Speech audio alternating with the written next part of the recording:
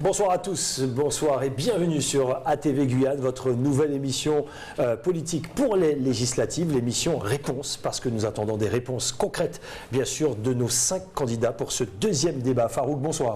Bonsoir Gilles et rebonsoir à nos téléspectateurs. Tout de suite, rentrons dans le vif du sujet. Le tirage au sort a désigné les candidats pour ce second débat.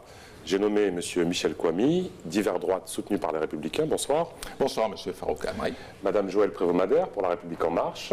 Bonsoir. Bonsoir. Monsieur Armand Achille, candidat anticolonialiste, il insiste. Bonsoir. Bonsoir. Monsieur Gabriel Serville pour le PSG. Bonsoir. Bonsoir à tous. Et Monsieur Silvio Létard pour la DIG. Bonsoir. Bonsoir. Bonsoir à tous, donc bienvenue dans votre émission pour les législatives. Et j'espère que ce débat permettra donc à tous les téléspectateurs qui sont des électeurs, ils pourront choisir en leur âme et conscience. C'est souvent d'ailleurs ce que les candidats disent. On va apprendre à vous connaître et connaître votre posture en tant que futur député ou encore député pour Monsieur Gabriel Serville. On rentre dans le vif du sujet. Allons-y. On attaque directement avec cette première question. Lors du mouvement social, les élus ont été disqualifiés. C'est ce qu'on a entendu. Pourquoi aujourd'hui, vous voulez être élu malgré tout? La première question pour vous, Michel Kouami. Alors, je crois que cette disqualification, elle est avérée. Je l'ai vécue de l'intérieur. Pour ne rien vous cacher, j'ai vu comment les tenants de cette manifestation, de ce mouvement, ont indiqué aux élus, écoutez, ça fait des années et des années que vous êtes présents à prétendre lutter, vous n'y arrivez pas, on va faire le job. Je suis qu'un élu de 2014, donc je ne me suis pas tellement senti concerné par cette première salve, même si on peut faire preuve de solidarité, mais enfin, on sentait bien à qui cela s'adressait. Donc j'ai considéré qu'il y avait du vrai, il faut reconnaître cela, il faut faire son mea culpa. Il y a du vrai dans ce message. Et aujourd'hui, la classe politique guyanaise doit faire son examen de conscience et dire, voilà, nous n'avons pas fait le job. Nous n'avons pas fait le job. Il faut que d'autres méthodes s'appliquent à la politique guyanaise. Et je pense pouvoir incarner aussi avec d'autres, avec ces jeunes qui se sont manifestés, ces autres manières de faire de la politique et de concevoir les objectifs pour la Guyane. Très bien. La même question pour vous, Joëlle Prévost-Madère. Pour quelle raison, comment j'accepte le fait que la population ait pu dire que les élus doivent sortir? Cela vient d'être dit et reconnu. Je reviens moi sur les 2012. En 2012, vous le savez, j'ai fait acte de candidature et j'attirais déjà l'attention de la population sur les risques que l'on encourait, sur la situation dégradée de ce territoire, la situation socio-économique. Et je disais bien qu'il fallait que nous puissions agir, qu'il fallait que nous puissions travailler au dossier de ce territoire. Et surtout, il était impératif que l'on agisse pour toutes ces jeunesses qui existent et qui représentent quand même 45% de la population. Cette jeunesse à qui on n'offre aucune perspective d'avenir. Il y a eu un vote, il y a eu un choix qui a été fait et au bout des 5 ans, je m'aperçois qu'on peut de nouveau porter faire les mêmes constats, de nouveau constater que la situation ne s'est absolument pas améliorée et que, par contre, l'insécurité s'est installée partout sur le territoire. Et quand je parle d'insécurité, je ne parle pas que de l'insécurité physique, je parle de l'insécurité dans tous les domaines. D'où la population a jugé et a décidé, les élus n'avaient pas fait le job, comme vient de le dire M. Très bien. Armand Achille, les élus n'ont pas fait le job?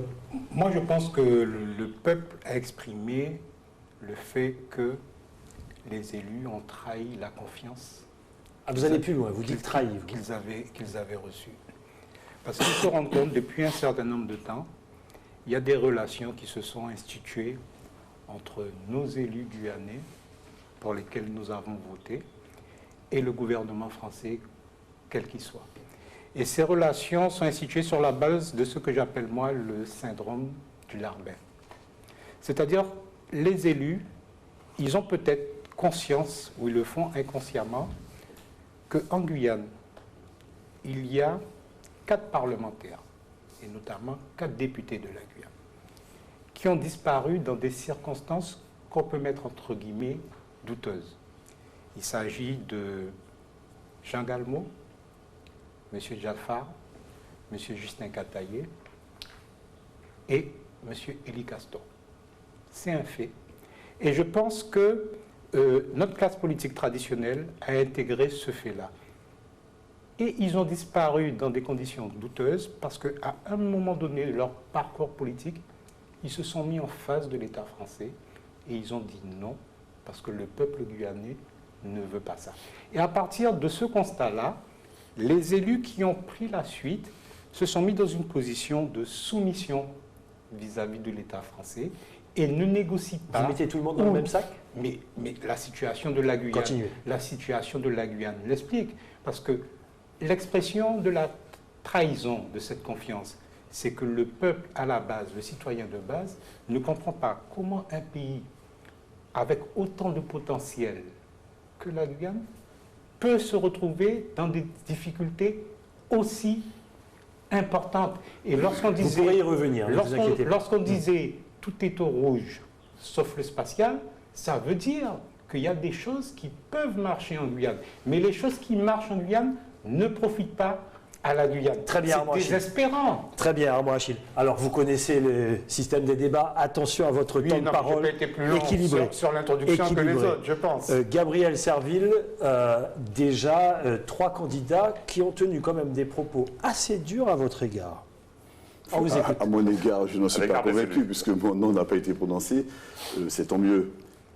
Je crois que à un moment donné, il faut dire la vérité. Même, hein. Non, mais je ne vais pas retenir ce terme-là. Il faut dire la vérité à la population. J'ai toujours expliqué que nous ne sommes que 2 députés à l'Assemblée nationale et 2 sénateurs au Sénat. J'ai expliqué que les députés ont beaucoup travaillé. Et je voudrais, à ce titre-là, rendre honneur à ceux qui m'ont précédé à ce poste, qui ont fait un travail considérable et dans des conditions difficiles, des conditions financières, budgétaires difficiles, mais aussi dans un contexte où la parole de la Guyane n'était pas toujours entendue. Alors aujourd'hui, on va accuser les élus de tous les maux de la planète. J'en suis tout à fait conscient. Mais je prendrai le temps, encore une fois, de faire un petit travail de pédagogie afin d'expliquer à notre population guyanaise qu'il y a un triptyque de responsabilités dont on ne pourra pas échapper. J'ai souvent dit les élus ont leur part de responsabilité et je considère qu'ils l'ont clairement assumé. J'ai aussi dit que les services déconcentrés de l'État ont une part de responsabilité qui n'a pas toujours été assumée parce que lorsque les lois sont votées au Parlement, elles redescendent en direction du territoire et c'est là où il s'agit de demander aux services de l'État de les prendre en considération pour les mettre en musique. À ce niveau-là, je crois qu'il y aurait beaucoup à redire et je suis prêt à faire des témoignages. Le 3e élément de mon triptyque de responsabilité, c'est la population. Et j'ai souvent expliqué que l'État n'a pas d'amis, que l'État ne fait de cadeaux à personne, pas plus aux Guyanais qu'aux Martiniquais ou Guadeloupéens, qu'à ceux qui sont dans la Creuse ou dans le Var. Et qu'il fallait pouvoir établir avec l'État un vrai rapport de force pour pouvoir faire entendre la voix de la base. Et donc, à partir de l'instant où je l'ai dit, à partir de l'instant où je l'ai décrit, de considérer que la population est montée au créneau pour se faire entendre aux côtés de ses élus, j'ai trouvé ça comme étant une démarche tout à fait normale et naturelle. Donc, je puis vous rassurer, à aucun moment, je ne me suis senti disqualifié par ce qui s'est passé en mars et en avril 2017. Pour vous, vous avez fait le job. Ma présence, d'ailleurs, l'a bien signifié. Pour vous, vous avez fait le job. Silvio Letta. Mais écoutez, je serai, je pense, plus clair sur cette question, puisque dès le premier jour de ce mouvement social qui a paralysé quand même la Guyane avec les conséquences qu'on connaît, sans garantie, sans certitude de récupérer quelques miettes, même si c'est 1 milliard, j'ai fait un communiqué de presse demandant la démission des élus. J'ai été formel là-dessus, c'est-à-dire dès le premier jour, bien avant, il faut que la population sache que nos élus de Guyane ne répondent pas à leurs besoins, ne répondent pas à leurs aspirations.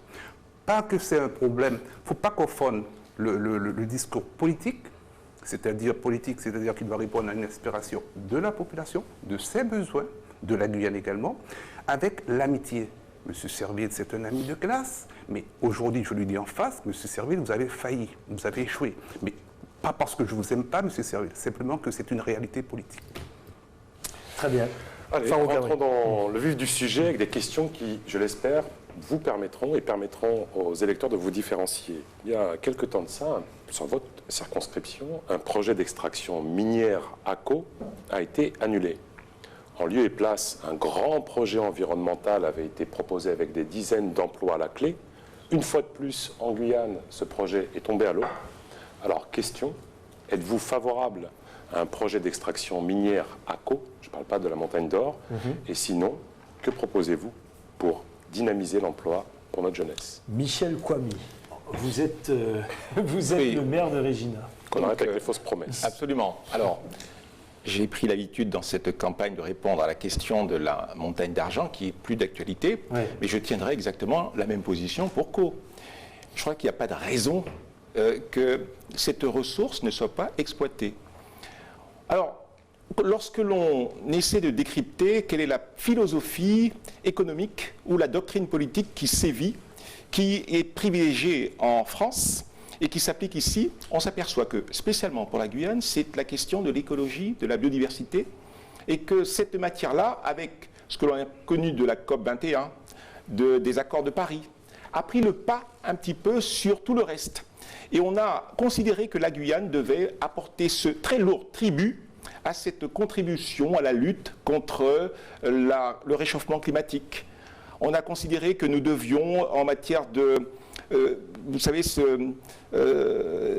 l'estimation de taux de carbone dégagé dans l'atmosphère, eh bien que nous devions, nous, spécialement la Guyane, payer ce lourd tribut. Alors ce que je dis, c'est qu'il y a une charge écologique à assumer par la nation, et nous ne devrions pas être ceux sur qui pèse très exclusivement cette charge. Les mouvements sociaux nous ont montré que nous étions déjà en déficit en termes de niveau économique, en termes de développement économique. Nous disons, nous, dans notre parti, que l'égalité voudrait que nous ayons un seuil de développement comparable à la métropole. Et que dire que nous devrions rester sous cloche, ce n'est pas bon. Rester sous cloche, ce n'est pas bon parce que ce sont les hommes qui souffrent. Je dis toujours que c'est vrai. Il y a des petites grenouilles. Je suis favorable et j'ai essayé d'expliquer dans quel contexte cet avis se posait. Joël Prévost-Madère, c'est vrai que c'est une question brûlante à tel point, Farouk Amri, que certains ont fait marche arrière, certains changent d'avis. On pourra y revenir pour d'autres débats. Joël Prévost-Madère, sur cette question plutôt brûlante. Écoutez, déjà, il faut bien rester sur l'idée qu'aucun territoire, aucune région, aucun pays ne se développe s'il n'y a pas de développement économique.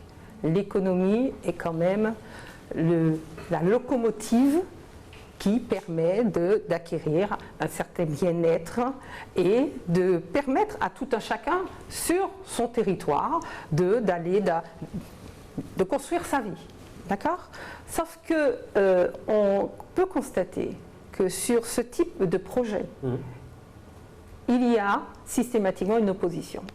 D'un côté, ceux qui sont favorables par rapport aux potentialités de création d'emplois. D'autre côté, vous avez ceux qui parlent surtout de la protection de l'environnement. J'aime à dire qu'il est absolument nécessaire d'harmoniser la protection de l'environnement et l'activité humaine.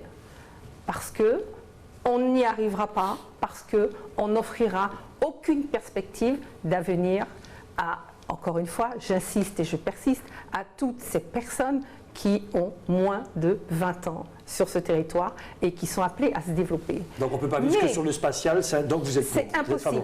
Attention. Toutefois, par rapport à justement cette dualité, on s'aperçoit aussi qu'il y a des positions parfois de posture. On suit un mouvement, une décision, ben oui, moi, c'est plutôt la protection de l'environnement, mais sans avoir tous les tenants et aboutissants de part et d'autre. Si je prends l'exemple, vous avez parlé de l'Est, mais pour l'instant, l'exemple qui est concret, c'est celui de la Montagne d'Or. Vous devez savoir que dans le cadre de ce grand projet, il est acté qu'il doit y avoir obligatoirement un débat populaire. Ce débat populaire doit se faire avant donc, la consultation, entre guillemets, donc, au cours de laquelle chacun doit donner pour son vous, avis. il faut continuer à débattre. Mais ce débat doit servir à quoi? À ce que chacun puisse exposer les tenants et aboutissants pour que chacun puisse prendre une décision en toute connaissance de cause. S'il y a 50-50, comment vous faites? S'il y a autant d'opposants... Réponse courte pour ne pas exploser votre temps, pour ne pas dépasser. Mais par la suite, je vous signale ça, on parle du débat, là on ne parle pas de vote. Ensuite, il y a effectivement... En tant que député, on va vous demander votre avis. Absolument, mais ce qui est essentiel, c'est que par la suite, et cela a déjà été proposé, par la suite, il y ait ensuite un référendum. C'est la population.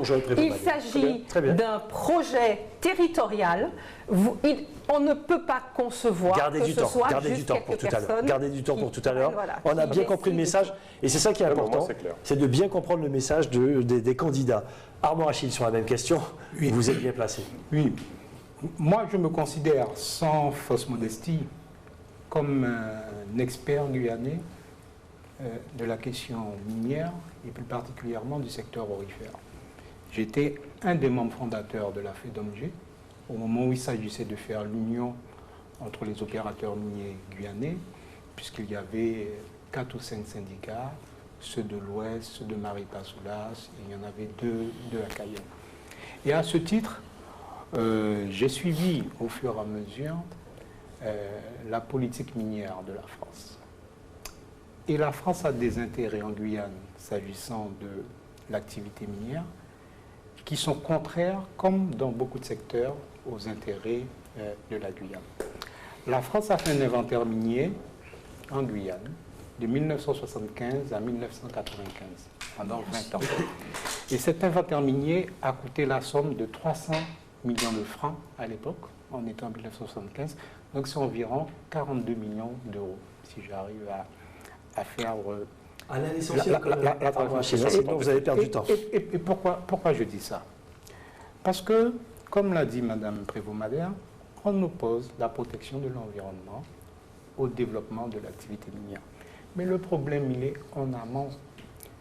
Le sol, le sous-sol appartiennent légitimement au peuple guyanais. Et il doit y avoir exploitation ou protection, ce sont les Guyanais, à travers leurs représentants, qui doivent décider des modalités de protection et de développement. S'agissant de la montagne... Et en 20 secondes, pour garder du temps. Le débat est ouvert. Oui, je sais bien. Mais je vais essayer de faire moins court que Mme Madère Prévost. S'agissant de Cancaïman, c'est le fait du prince qui a empêché l'aboutissement de ce projet. M. Sarkozy a décidé à lui seul, alors que le dossier avait passé tous les méandres de l'administration française et on avait même rajouté une inspection interministérielle. Il est venu à la Chambre de commerce, il a dit qu'il prend sur son fait, parce qu'il était en campagne électorale et le mouvement écologique était en vent en France, d'abandonner le projet Cancaïman. Aujourd'hui, il y a 60 tonnes d'or avérées qui sont présents là. Et comme l'a dit M. Farid Hamoud, ce n'est pas une dizaine d'emplois qu'on nous avait promis pour la biodiversité, mais c'est bien des centaines d'emplois. Et aujourd'hui, on n'a ni l'un ni l'autre. Et le pire, et je conclue sur ça, M. Vernet, on nous a vendu le parc amazonien en nous disant que ça va protéger l'environnement et que ça va éradiquer l'orpaillage clandestin. Aujourd'hui, on n'a ni la protection de l'environnement, mais on continue tous les jours à piller nos ressources. Merci Armand Achille. Armand Achille, attention à votre temps, s'il vous plaît. Après vous n'aurez pas assez de temps pour tout à l'heure. Très long par rapport aux autres. Allez, Gabriel Serville. Non, je rappelle que le rôle du député, c'est bien de voter les lois et de contrôler l'action du gouvernement. Alors je ne peux pas venir ce soir dire voilà ce que je vais faire par anticipation, même si en tant qu'individu, en tant que citoyen, je peux me permettre d'avoir un avis assez avisé sur la question. C'est ce qu'on attend de vous. J'ai clairement expliqué, et j'espère que M. Armand Achille pourra me permettre de profiter de son niveau d'expertise si jamais la population me fait confiance pour remplir sur le poste de député, en disant que il faut que le député soit à l'écoute de la population. Il faut qu'il soit à l'écoute de celles et ceux qui font battre le cœur de la Guyane. Dans ce cas d'espèce, je crois qu'il est nécessaire, et c'est prévu par la loi, qu'il y ait une vaste consultation populaire, que l'on mette autour de la table tous les experts qui maîtrisent ce domaine de compétences. Et le rôle du député, qui est censé représenter sa circonscription, quand même ce n'est pas un mandat impératif, ça sera justement d'aller à Paris pour dire au gouvernement: voici ce qu'est le choix de la Guyane, voici ce qu'est le choix des Guyanais en la circonstance. Et donc, je ne peux pas anticiper sur ce que je vais avoir comme posture, parce qu'il se pourrait que ma posture personnelle soit radicalement opposée à la décision après, les électeurs qui vous regardent veulent connaître votre posture. C'est ça qui vous intéresse. Je l'ai dit, le premier élément que je veux protéger dans mon biotope, c'est l'homme. Il faut bien mesurer les impacts sur l'environnement, mais il faut bien aussi considérer que les 23% de chômage qu'il y a en Guyane nécessitent que nous prenions des décisions pour créer l'activité. À travers la mine, on peut et on doit pouvoir créer de l'activité. Seulement, cela ne peut pas se faire n'importe comment et dans n'importe quel cadre. Donc oui, mais attention à l'environnement. Personnellement, je vais pousser le projet, mais je dis attention à ne pas faire n'importe quoi. Et pour cela, il faudra qu'on s'entoure des avis des experts, dont M. Armand Achille fait partie effectivement. Très bien. La même question pour vous, Silvio Létard. Oui, j'aimerais que les téléspectateurs de la première circonscription et de la Guyane tout entière se posent une seule question. Comment se fait-il que pour avoir des billets de banque, il faut de l'or? Comment se fait-il que la Guyane... Pour avoir des billets de banque, vous dites qu'il faut de l'or. Il faut de l'or en banque. Il faut une contrepartie, ce qu'on appelle la devise. Très bien. Comment se fait-il que la Guyane est aussi riche? Les experts disent que c'est le pays le plus riche autorifère. Ils vous disent qu'on commence à trouver de l'or à partir de 700 mètres. Ça veut dire qu'aujourd'hui, on ne sait pas encore de l'or. Et comment se fait-il que nous n'ayons pas de billets de banque? Comment se fait-il que nous soyons pauvres? Donc, cette question, elle est fondamentale. Je voudrais que les téléspectateurs réfléchissent à cette question. Moi, pour ma part, je suis favorable à l'extraction de l'or. Pourquoi? Parce que on a besoin d'argent. Donc, lorsqu'on a besoin de billets de banque, il faut de... Parce que je rappelle quand même que après la dernière guerre mondiale, la France est empressée quand même de venir prendre toute l'or de la banque de la Guyane pour mettre dans la Banque de France. Donc, ça veut dire que la France sait qu'elle a besoin d'or. Bien sûr, elle laisse ça sous cloche, mais ce n'est pas normal. Par contre, même si nous sommes tous là favorables à l'or... Oui, vous êtes tous favorables. Favorables à l'or, il faut que je rappelle à la population aussi que attention aux mots, pas favorable à l'or, favorable au projet minier. Moi, je suis favorable à l'exploitation de l'or. Il y a des référendums, à l'exploitation de l'or. consultations. Mais je peux rappeler à la population que tout ça, ce sont des vœux pieux, parce que nous n'avons pas ce pouvoir. Ce pouvoir d'extraire l'or, nous ne l'avons pas. Tant que nous n'allons pas changer le modèle économique, surtout le cadre institutionnel, nous ne pourrons pas extraire pas un gramme d'or officiel. Alors, on va passer à une autre question, mais alors donc, pour être très concret, de façon formelle et positive, M. Kwame, M. Achille, M. Létard, sur cette question, là, il y a peut-être une prudence en disant on va d'abord interroger la population. Voilà, d'accord. C'est essentiel. Non, mais c'est que les téléspectateurs sachent. Voilà. Silvio Létard n'est pas d'accord. Non. Écoutez, il faut qu'on soit sérieux. La Guyane n'a pas de ressources propres aujourd'hui.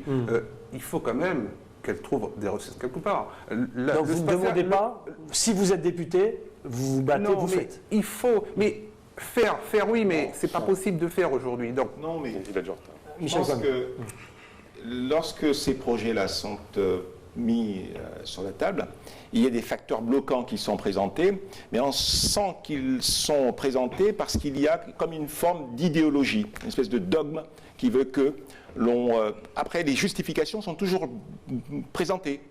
J'ai vu qu'il y avait hors de question, par exemple, ce mouvement hors de question qui milite bec et ongle pour qu'il n'y ait pas d'extraction aurifère.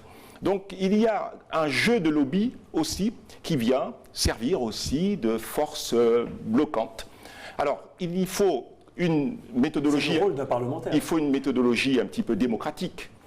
Observer les facteurs bloquants, et quand il y a des facteurs bloquants, je rejoins ce qu'a dit Madame Prévost, je l'ai indiqué ce matin sur Radio Pays, qu'un référendum soit le juge de paix, que l'on dise voilà, la population va, comme on l'a fait un petit peu dans Notre-Dame-des-Landes à Nantes pour l'implantation de cet aéroport. Ça soulève des difficultés. mais on peut dire que la population a choisi. Allez-y, Armand. Je veux dire un mot sur cette question-là. Allez-y, c'est un débat, on y va. En fin de compte, ce qu'il faut changer, c'est la façon dont les choses s'organisent. Aujourd'hui, les Guyanais doivent s'exprimer et donner leur avis sur des choix qui ont été faits à Paris. Et ce n'est pas acceptable. Parce que les conséquences, et la plupart du temps, elles sont négatives. Elles sont pour nous. Et les profits sont pour la France. Donc moi, ce que je dis, il faut mettre en place très rapidement le projet guyanais qui prévoit que ce soit la collectivité territoriale de Guyane, que moi j'appelle autonome, en charge de la gestion des ressources locales. Comme ça, dès l'amorce du projet, que ce soit pour le pétrole, pour l'or, pour le colombo-tantalite, pour la bauxite, c'est déjà trop tard puisque ça ne vaut plus rien. Les Guyanais seront dès le départ associés aux discussions. Parce qu'on va continuer. La question qui suit, vous n'aurez pas assez de temps, et elle est importante. Et je conclue sur ça, parce qu'on va continuer éternellement à s'exprimer sur des choix qui sont faits par d'autres et à se chamailler entre nous. Très bien. Messieurs, dames, la prochaine question, bien sûr qu'elle est capitale également. Les parlementaires de Guyane ont fait unanimement un référé pour que soit débloqué 20 millions pour l'hôpital de Cayenne. Est-ce qu'un parlementaire guyanais est obligé de passer par la justice pour qu'un accord soit respecté? C'est la question qu'on vous pose. Michel Kwami. Alors, j'ai contesté, je suis allé un petit peu plus loin que vous sur la question en disant que je conteste formellement cette action, puisqu'elle est conduite dans un climat, dans un but, dans un contexte électoral. Alors, M. Serville est à l'initiative de cette action, mais M. Serville est candidat. Et M. Serville, si l'on reprend la mécanique, ce montage-là, c'est de la récupération, c'est ce que j'ai indiqué également. Pourquoi? Parce qu'en menant l'action, il a le soutien de la CTG, il a le soutien de l'Association des maires. Il a ainsi, par rapport aux autres candidats ici présents, des soutiens pour la conduite d'une action qui peut être analysée comme une propagande électorale. C'est prohibé par le code électoral, c'est simplement prohibé. C'est l'aide de personnes morales qu'il obtient ainsi. Ce n'est pas acceptable. Vous ne le voyez pas comme le député toujours présent? Je le vois comme député toujours présent, mais je le vois aussi, et aujourd'hui je le vois surtout, comme un candidat à côté d'autres candidats. Donc vous voyez, et ce n'est pas moi qui le dis, ce n'est pas une invention, vous verrez que la commission de contrôle des comptes de campagne réintégrera les coûts de cette action judiciaire. Lorsque Maître Taoumi, cet excellent avocat, qui est aussi l'avocat de la commune de Matoury, vient sur le plateau, à côté de Dimitri Gouard, pour dire que voilà, M. Serville a engagé une action, il ne fait que nuire à l'exposé du programme d'un candidat. Donc il altère, si vous voulez, il pourra répondre. le déroulement même de la campagne. Donc c'est une perturbation apportée au déroulement et qui nuit à tous les candidats. Et tous les candidats ici présents devraient me rejoindre dans cette analyse. Très bien. Ou Gabriel Serville répond tout à l'heure, ou bien on passe à Joël Prévost-Madère. Allez-y, Joël Prévost-Madère. Je partage l'analyse tout d'abord, mais je rajouterais également que me semble que M. Serville est encore député et qu'il pouvait aller donc, auprès du gouvernement pour réclamer directement cette somme. Alors ce ne sont pas les 20 millions puisque 6 millions ont été versés, donc il manque 14 millions, le versement des 14 autres millions, avant d'arriver à cette action que l'on peut considérer comme une action pour en profiter dans le cadre d'une campagne. Donc un parlementaire guyanais n'a pas besoin, en principe, de passer par la justice pour obtenir... C'est pas qu'il n'ait pas besoin. Avant de passer par la justice, on est encore député, en tant que député, on se déplace et on va auprès du ministère concerné pour poser des questions et pour solliciter le versement. Pour quelle raison le versement n'a pas encore été fait? Je dirais même qu'il y a... Allez-y, c'est un débat. Allez-y. Attention à votre temps de parole. Il y a une question qui se pose, c'est celle de l'annulation de l'élection. La manière dont cette action, par son Vous êtes en train de dire que Gabriel Serville est en danger, là, en faisant ce qu'il a fait. Par l'ampleur de cette action-là, il compromet l'élection.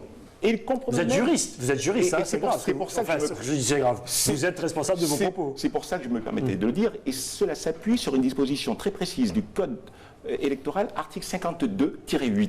Gabriel Serville, récupération politique et vous êtes en danger.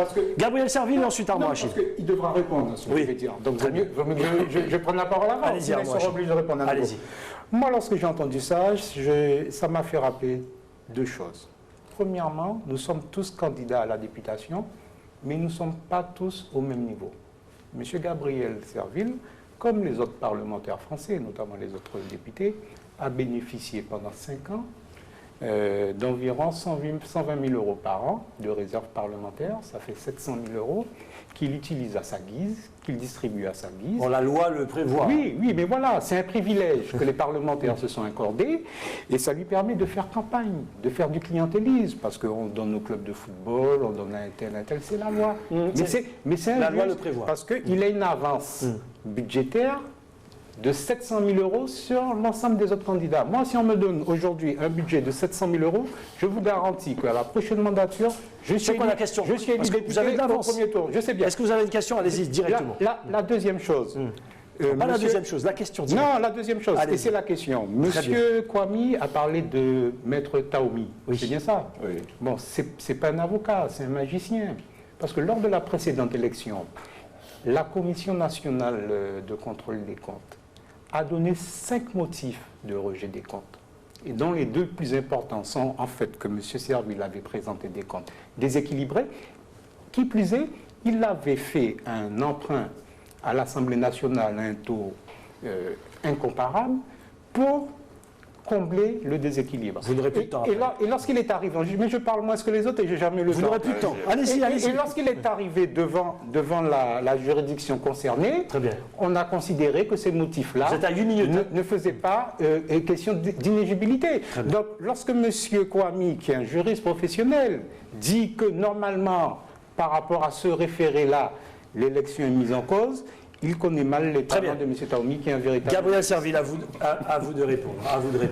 Mais je vais vous dire, messieurs, madame, je suis vraiment stupéfait par ce que j'entends ici ce soir. C'est des faits. Je suis stupéfait. Mais c'est des faits, vous êtes stupéfait par les faits. Vous avez des grévistes qui sont à leur 64e jour de grève.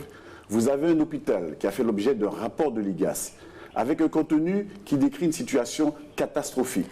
Vous avez un hôpital dont les fournisseurs de réactifs et de médicaments refusent de fournir les réactifs et les médicaments. C'est-à-dire qu'il y a des gens qui sont malades aujourd'hui qu'on n'est pas en capacité de soigner parce que l'hôpital n'a pas d'argent, parce que l'hôpital a des problèmes de trésorerie. Et vous auriez souhaité que M. Serville, député, parce que je n'ai pas fait le référé provision en ma qualité de candidat à une élection, je l'ai introduit ce référé en ma qualité de député. Et je rappellerai à M. Kwame, qui est un juriste, que je suis député de la première circonscription jusqu'au 17 juin. C'est-à-dire que jusqu'à cette date, la liberté de droit me permet d'agir et d'agir en qualité de député. Et personne ne pourra m'enlever cette prérogative. Alors vous auriez préféré que je laisse mourir les Guyanais, que je ne me préoccupe pas de ces problèmes de santé, alors que dans ce protocole que nous avons signé le 21 avril, il a été clairement dit on exige une dotation d'urgence de 20 millions pour le centre hospitalier André Rosemont. Lorsque l'on constate que plus d'1 mois après, on n'a pas perçu le moindre centime de ces 20 millions, eh bien, il est de mon devoir de réagir parce que je ne peux pas rigoler avec la santé des habitants de mon pays. Pour équilibrer, je suis encore désolé sur les 6 millions annoncés par cette circulaire de la Direction générale de l'organisation des soins, il n'y a pas un centime qui serait déjà arrivé sur le compte du char. Alors de grâce, évitant de se faire de faux procès, je pense que la population prendra acte de ce qui se dit ce soir sur ce plateau pour bien comprendre quels sont les candidats qui sont prêts à s'investir, qui sont prêts à s'engager pour faire en sorte que la Guyane relève la tête parce qu'on aura réussi à, soigner les habitants de ce pays. Et puis quels sont ceux qui, à la limite, s'en fichent pas mal. Très bien, Gabriel. Je crois que la situation est vraiment inquiétante d'entendre ça de la part de candidats.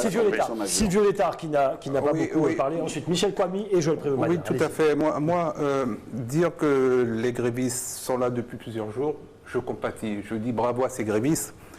Mais ce que M. Serville a oublié de dire, que ces grévistes font une demande politique qu'il n'a pas fait depuis des années.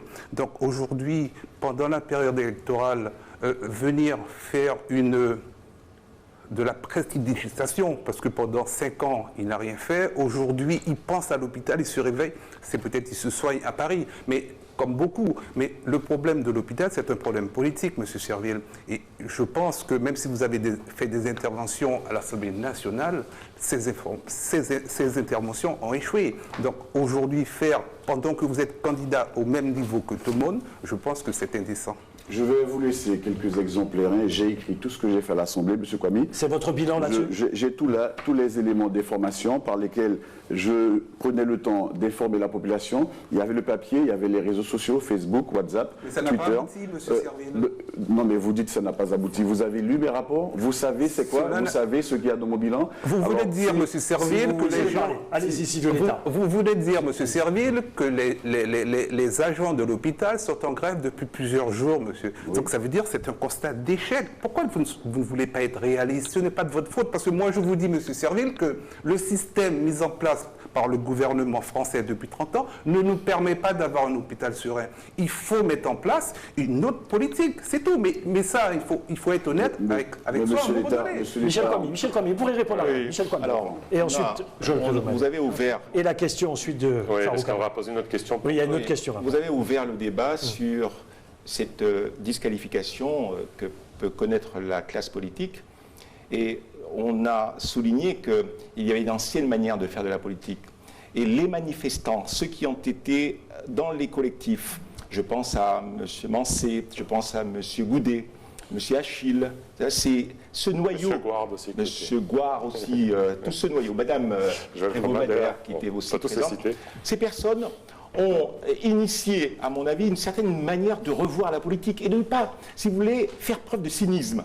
De dire, voilà, j'œuvre, tout le monde, ça saute aux yeux que cette action, elle est électoraliste. Et voilà qu'on y met, si vous voulez, un prétexte humaniste et humanitaire. C'est un mensonge pur et c'est du cynisme pur.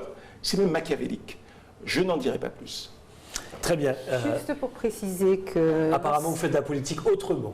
D'après M. Kwame, allez-y. Lorsqu'il est dit que M. Serville dit que les fournisseurs refusent de livrer, c'est faux, parce qu'ils sont tenus par la loi de fournir les médicaments, même s'ils ne sont pas payés. J'ai un chef d'entreprise qui a un endettement de plus de 2 millions d'euros, parce que, justement, elle est obligée de fournir les médicaments. C'est une obligation et je comprends mal que M. Serville, qui pourtant est député, ne le sache pas. Ensuite, l'action a été faite pour que le versement des 14 millions manquants puisse donc être justement versé, donné, puisse se faire être réel.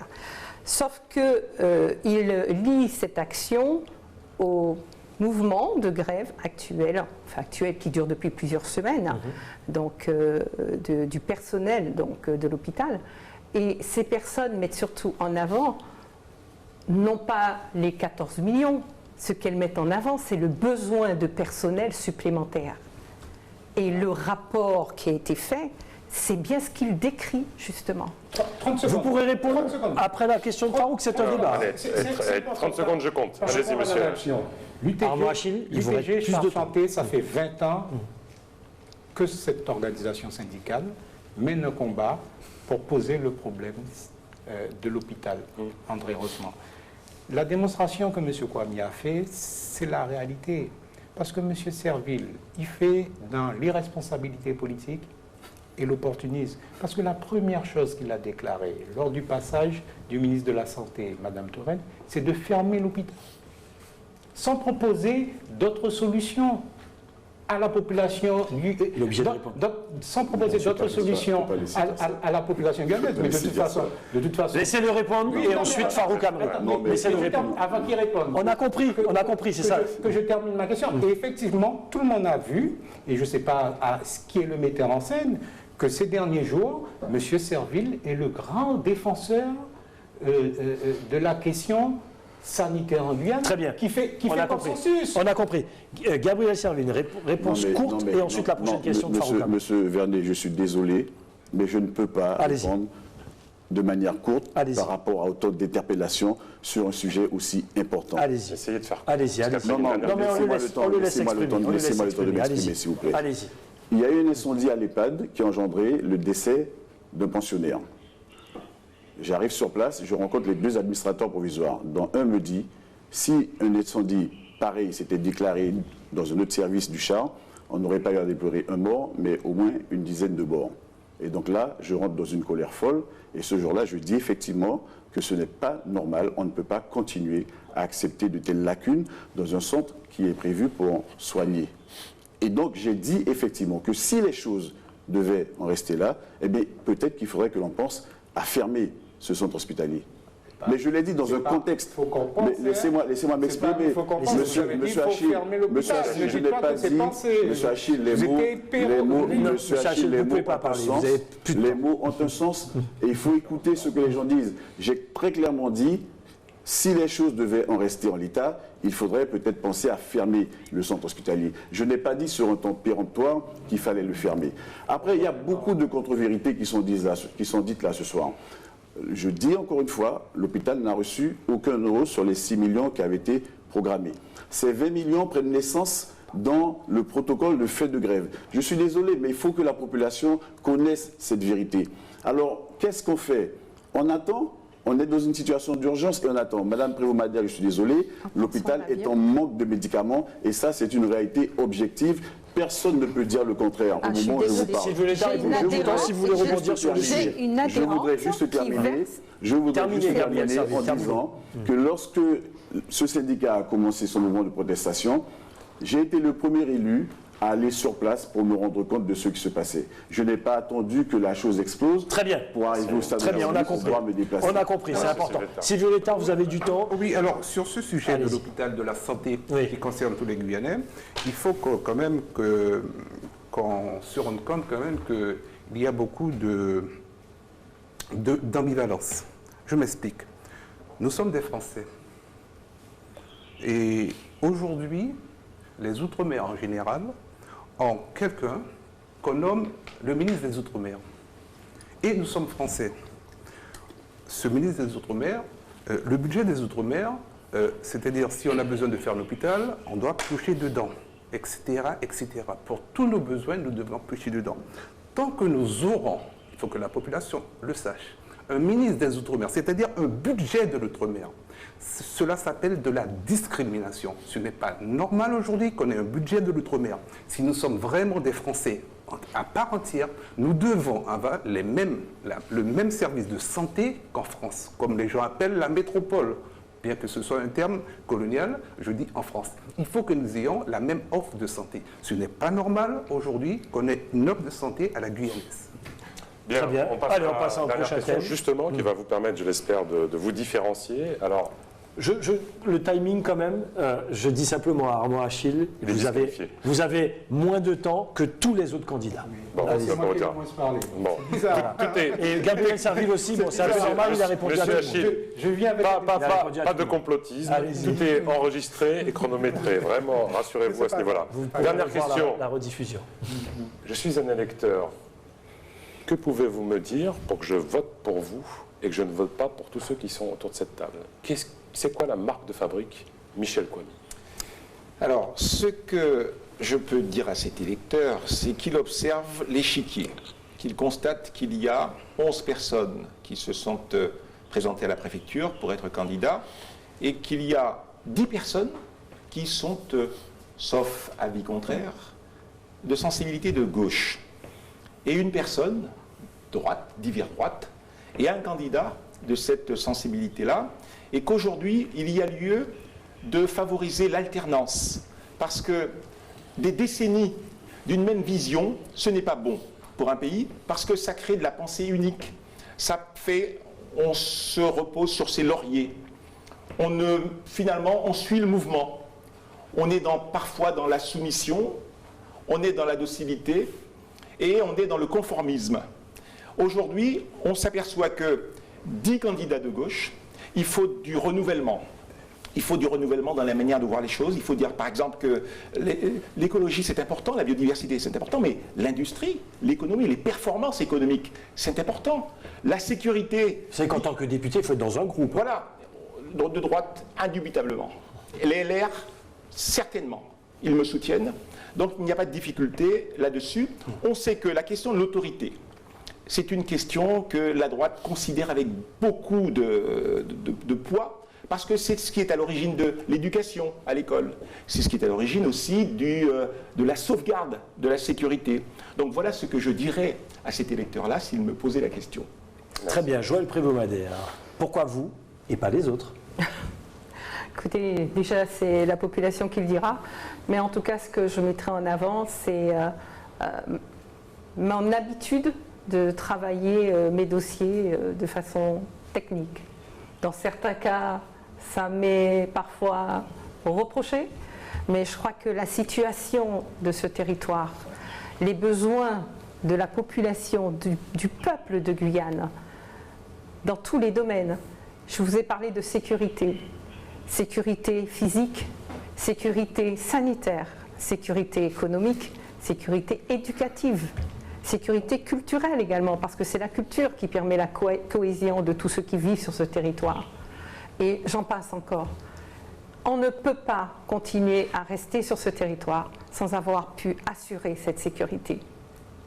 Et parce que je veux être la candidate du rassemblement, donc je m'adresse effectivement à cette population, à ce peuple, et je lui dis que je mets en avant l'amour que j'ai des autres, et surtout ma compétence et ma volonté de travailler et de monter les dossiers comme il se doit pour que nous soyons entendus et que nous n'ayons pas besoin de passer systématiquement par la rue. Vous dites souvent que vous êtes une femme de dossier. C'est important d'être technicien, personne de dossier pour être député. Je crois que le résultat, l'absence de résultat jusqu'à ce jour le prouve, si besoin en était. On a besoin d'avoir des dossiers bien montés, bien ficelés, pour que nous puissions argumenter et que nous puissions être entendus. Très bien. Oui, alors, je voudrais quand même répondre à M. Kwame. Il disait qu'il y a... Allez-y, ensuite, Armand Achille, allez-y. Il disait qu'il y avait... nous étions 11 et qu'il y avait 10 de gauche, je crois. Il me semblerait, M. Kwame, excusez-moi, oui, il a dit je ça. ne vous ai jamais dit que j'étais de gauche. Alors... Pour poursuivre, maintenant pour répondre à cette question. Alors dites-nous, puisque vous l'interpellez. C'est quoi la marque Sylvie Violeta? Vous êtes à gauche, vous êtes à droite? C'est simplement pour lui dire que je n'étais pas un homme de gauche. D'accord. Alors pour répondre à la question... Non mais vous êtes de quelle tendance? Puisqu'il y avait une question de gauche, moi je dirais que je veux être le député... Attendez, vous interpellez Michel Kwame. Du coup, les téléspectateurs et les électeurs veulent savoir... a dit une contre-vérité. Alors, je vous pose la question. Obligé aujourd'hui... Vous avez un suppléant du Front National. Sylvie Violeta, on vous pose la question. C'est deux questions. Vous êtes... Oui, je vous pose la question. Vous êtes plutôt à gauche, plutôt à droite, plutôt au centre? Qui vous dit dans la première question, je ne vais pas répondre à celle-là, justement. Très bien. Voilà. Votre suppléant est du Front National. Je confirme. Très bien, allez-y. C'est M. Jérôme Marbourg. Donc, pour répondre à la question du député, pourquoi moi, pas les autres? Je veux être un député, parce que c'est une élection nationale, qui défende tout d'abord la France. Pourquoi? Parce que c'est le système qui veut. C'est une élection nationale, on n'a pas encore parlé de la France, il faut qu'on parle de la France, puisque aujourd'hui nous sommes français, qu'on le veuille ou non, même si nous avons énormément de difficultés, même si la France ne nous considère pas aujourd'hui, c'est une vérité, mais je pense qu'on doit défendre la France puisque nous sommes dans ce système. Parce qu'il faut rappeler quand même que nos parents sont morts pour la France lors des 2 dernières guerres. Donc, cette France, nous devons la défendre. Parce que si nous avons une France forte, on peut avoir une Guyane forte. Mais il faut des députés de poids quand même, des députés qui ne sont pas des béni-oui-oui. C'est-à-dire, une fois qu'on a parlé, une fois que le gouvernement a parlé, je veux justement être un député qui aille et qui défende les êtres humains. Parce qu'aujourd'hui, en Guyane, on voit que la Guyane est que dans des parcs. La Guyane, c'est un grand parc. Donc, aujourd'hui, je veux qu'on reconnaisse qu'il y a des gens qui vivent en Guyane. Ils ont besoin de manger, ils ont besoin de vivre. Donc, le député, je vais siéger. On essaie de vous suivre, mais c'est pas si simple que ça, mais allez-y. Non, mais je vais siéger à l'Assemblée nationale auprès de tous les groupes qui disent la France avant tout. Aujourd'hui, les Français sont décriés, les Français souffrent, et il y a une politique qui écrase, surtout la politique Macron, qui écrase le peuple de France. Maintenant, à l'échelon local, puisqu'on doit défendre la Guyane également à l'échelle locale, je veux être ce député, puisque nous avons tous un constat que nous voulons tous le bien-être de la Guyane. Ce député, dès qu'il arrivera à l'Assemblée nationale, il va déposer ce qu'on appelle une QPC, question prioritaire de constitutionnalité. Pourquoi? Pas parce qu'il est un surhomme, simplement pour permettre à la Guyane, parce que la QPC va permettre d'annuler le statut que nous avons, qui ne nous apporte rien. Ne lâchez pas l'affaire sur ça. Puisque la rue nous a démontré que ce statut n'a... Parce que, imaginez-vous, un statut qui a à peine un an, déjà les gens n'en veulent pas. Alors, moi, je déposerai une QPC pour... Très bien. Mais tout de suite. La QPC, c'est tout de suite. C'est tout de suite. Par contre, où je m'étonne, c'est que M. Serville, qui était député, ne l'a pas fait. Mme Taubira, qui était ministre de la Justice de la France, ne l'a pas fait. Gabriel Serville est encore député. Moi, je voulais dire... Député sortant, mais député. Moi, je considère que les élus, ils n'ont pas simplement une obligation de moyens, ils ont une obligation de résultat. Et l'objectif d'un élu, c'est améliorer le cadre de vie et les conditions de vie de ses concitoyens, quel que soit le niveau où il se situe. Et on peut tous faire ce constat-là. Les 5 dernières années, puisque c'est la mandature législative, le cadre de vie et les conditions de vie des Guyanais se sont détériorées. Mais non, mais j'ai déjà terminé. Mais parce que je vous ai dit qu'il vous restait 30 secondes. Alors, ce que je veux dire, si les Guyanais doivent faire un choix, c'est celui de la pertinence vous aurez 30 secondes tout à l'heure. Et de la cohérence. Très bien. La rétrocession du foncier, c'est Armand Achille qui va se battre pour elle. Armand Achille, c'est le foncier. Vous aurez votre conclusion tout à l'heure. La gestion de nos ressources, non mais ce n'est pas la conclusion, c'est Armand Achille qui va se battre. Oui, mais vous n'avez plus de temps. Et gérer nos affaires, c'est-à-dire faire en sorte que la gouvernance passe de Paris à la Guyane, c'est Armand Achille qui va le faire. Parce que c'est très bien, Armand Achille. On a bien compris. Gabriel Serville. J'aurais aimé rectifier le tir. Vous vous rappelez de la question quand même de Fabrique Serville pour la deuxième mandature. Je m'en souviens, mais je vais quand même rectifier le tir en disant à M. Armand Achille que ce que nous avons vécu durant ces 5 dernières années, c'est le résultat de ce qu'on a planté durant les 10-15 années précédentes. Auquel le PSG a fortement... Vous ne pouvez pas répondre. C'est un débat. C'est pas un monologue après l'autre. Ce n'est pas l'absence de travail et l'absence d'implication du député Serville qui est arrivé en 2012 qui a entraîné la dégradation de l'économie guyanaise que nous constatons aujourd'hui. Alors moi, je ne vais pas m'adresser aux candidats à cette élection, je vais m'adresser aux électeurs parce que j'ai un petit bilan que je vais dupliquer et distribuer dans les jours qui viennent, dans lequel je vais dire à la population, voilà le fruit du travail que j'ai accompli pendant ces 5 ans, avec détermination, avec engagement, avec rigueur, avec sérieux, et l'augmentation du chômage, je vous ai déjà dit que c'est vous qui l'avez préparé avant. Non, c'est pas moi. Et donc, je vais présenter il vous reste 30 secondes. Dans lequel je parle de mon engagement au niveau de l'éducation, au niveau de l'économie, au niveau de la santé, au niveau de la sécurité, parce que je pense que les Guyanais m'ont vu à l'œuvre, au niveau de la crise migratoire, j'étais quasiment le seul à en parler, contrairement à ce qu'a dit dans un journal le collègue Kwame.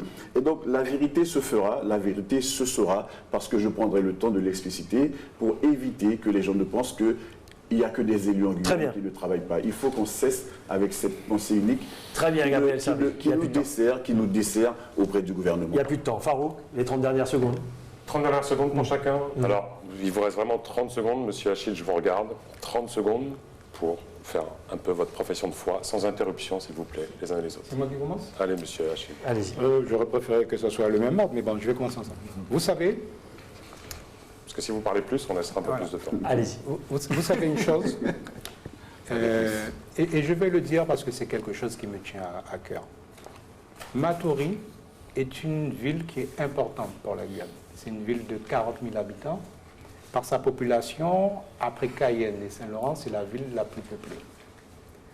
Matoury a fait confiance à Gabriel Serville pour conduire la municipalité pendant 5 ans, 6 ans, jusqu'en 2020, de 2014 jusqu'en 2020. Lorsque M. Gabriel Serville se présente à la députation, il met en péril la conduite des affaires de la ville de Matoury. C'est bon pour moi, ça. Vous savez pourquoi? Parce qu'aujourd'hui, dans la propre majorité... Et c'est pour conclure non, après. 30 secondes, dans la 30 secondes, c'est passé. Dans la propre majorité de M. Gabriel Serville, vous avez 4 prétendants au poste de maire. Et il y en a à côté également. Il n'a pas fait le même choix que M. Georges Patient, qui a désigné son successeur. Très bien, c'est pas les municipales. Oui, non, mais justement, moi ce que je Vous dis, n'avez même plus le temps. pourquoi il ne faut pas voter pour Gabriel Serville, il faut voter pour moi. Parce qu'il y a un certain nombre d'actions à faire encore Très bien. à Matoury, et il ne peut pas abandonner Matoury dans une guerre de succession Très bien. qui aura des conséquences Très bien, merci importantes Armand Hachid. sur le Je suis reste désolé, de mais il n'y a Gabriel. plus de temps. Il n'y a plus de temps. Joël Prévost-Madère. 30 secondes.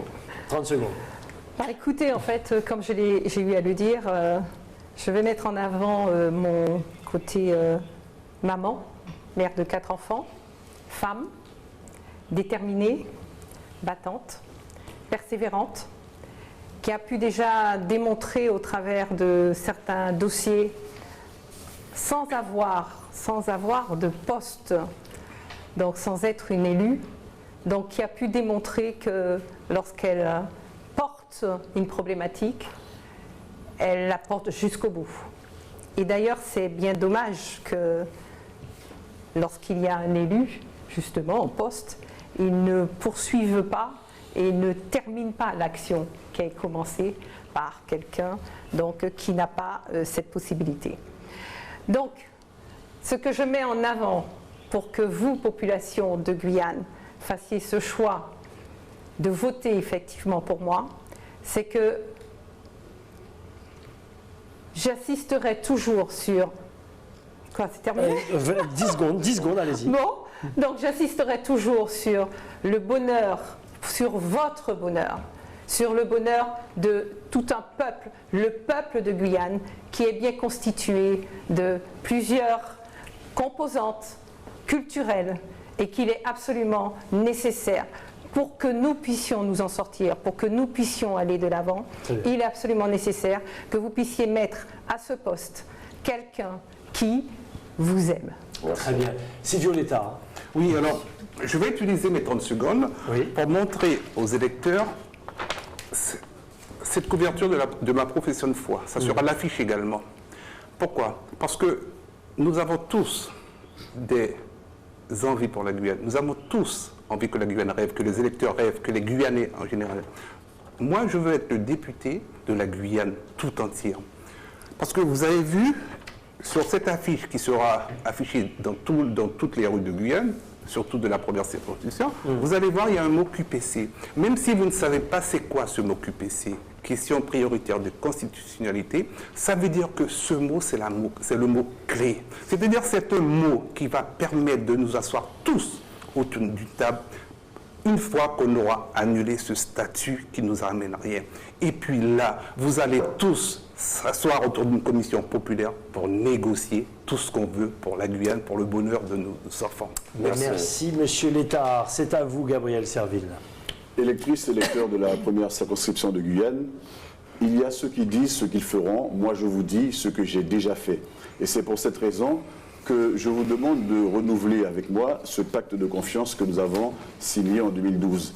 Avec foi, avec détermination, avec engagement, aux côtés de Karine Sinaï Boussou, ma suppléante, femme, jeune, artiste, chef d'entreprise, engagée, militante. Nous allons tout faire pour faire en sorte que l'État respecte ses engagements vis-à-vis de la Guyane, pour faire en sorte que l'État respecte les engagements que nous avons signés le 21 avril. Nous allons tout mettre en œuvre pour pouvoir améliorer l'offre de soins et faire en sorte que nous soyons capables de présenter à notre jeunesse un avenir qui soit plus désirable. Faire en sorte que nous soyons tout simplement plus heureux sur ce territoire. C'est avec vous que nous allons pouvoir le faire et je vous en remercie d'avance. Merci beaucoup. Alors effectivement, il y en a qui avaient un temps plus court et plus long. Donc vous avez un tout petit peu plus de temps, Michel Kouami, parce que il y a du temps à rattraper. On veut respecter les règles du CSA. Combien de temps? Vous avez 1 minute. D'accord, je vous en remercie. Nous avons une belle identité, c'est celle d'être des Guyanais et des Français. Cela nous s'imprègne de cette diversité, mais le tient par un ciment, cette cohésion sociale. Et ce ciment, c'est aussi la mesure de l'égalité qu'il y a entre le citoyen vivant sur le sol guyanais et le citoyen vivant sur le sol métropolitain. Ses chances de survie lorsqu'il est hospitalisé doivent être les mêmes que lorsqu'il est ici ou ailleurs. Cette belle diversité-là, elle nous impose d'être performants. J'ai croisé ce matin dans les studios de Radio Pays Ludovic Ball, c'est un sportif guyanais qui est enfant du pays, évolue au plus haut niveau en métropole. Et on demandera au député qui sortira des urnes d'être performant, à l'instar de ces footballeurs qui nous donnent finalement, qui nous servent de modèle, d'être performant lorsqu'il y aura ces arbitrages qui diront voilà quels seront les choix. Et ces choix-là sont faits dans des structures politiques en étant accompagné avec mes compagnons des LR ici localement, l'UDI, et ces structures politiques qui sont là pour dire qu'au plus haut niveau, on doit être combatif et on doit être structuré. Très bien, merci Michel Kwami. Merci à tous. Merci aux 5 candidats d'avoir participé à ce débat, notamment sur votre émission Réponse, pour se donner rendez-vous donc la semaine prochaine. Joël Prévost-Madère, Gabriel Serville, Violetta, Armand Achille et Michel Kwami, merci beaucoup d'avoir participé à notre débat sur ATV Guyane. Rendez-vous la semaine prochaine. La semaine prochaine pour les candidats de la seconde circonscription, même format, 2 débats. Un tirage au sort qui est transparent. Donc, merci d'avoir suivi cette émission. À la semaine prochaine, les amis. Et avant, on n'oublie pas aussi vos rendez-vous, Farouk Amri, les face-à-face avec les candidats également, 2 par soir, c'est ça? Exactement. Exactement. Donc, les 18h30. Et c'est tous les soirs, donc dès demain également. Rendez-vous pour les face-à-face avec Farouk Amri et rendez-vous la semaine prochaine pour les candidats de la 2e circonscription. Toujours avec 2 débats. Passez une excellente soirée sur ATV Guyane. On salue également les auditeurs de Radio Pays qui ont pu suivre cette émission en direct sur la radio. Et on salue également les internautes qui ont suivi ce débat sur le Facebook Live d'ATV. Excellente soirée. Merci. Et à la semaine prochaine. Merci. Au revoir. Bonsoir.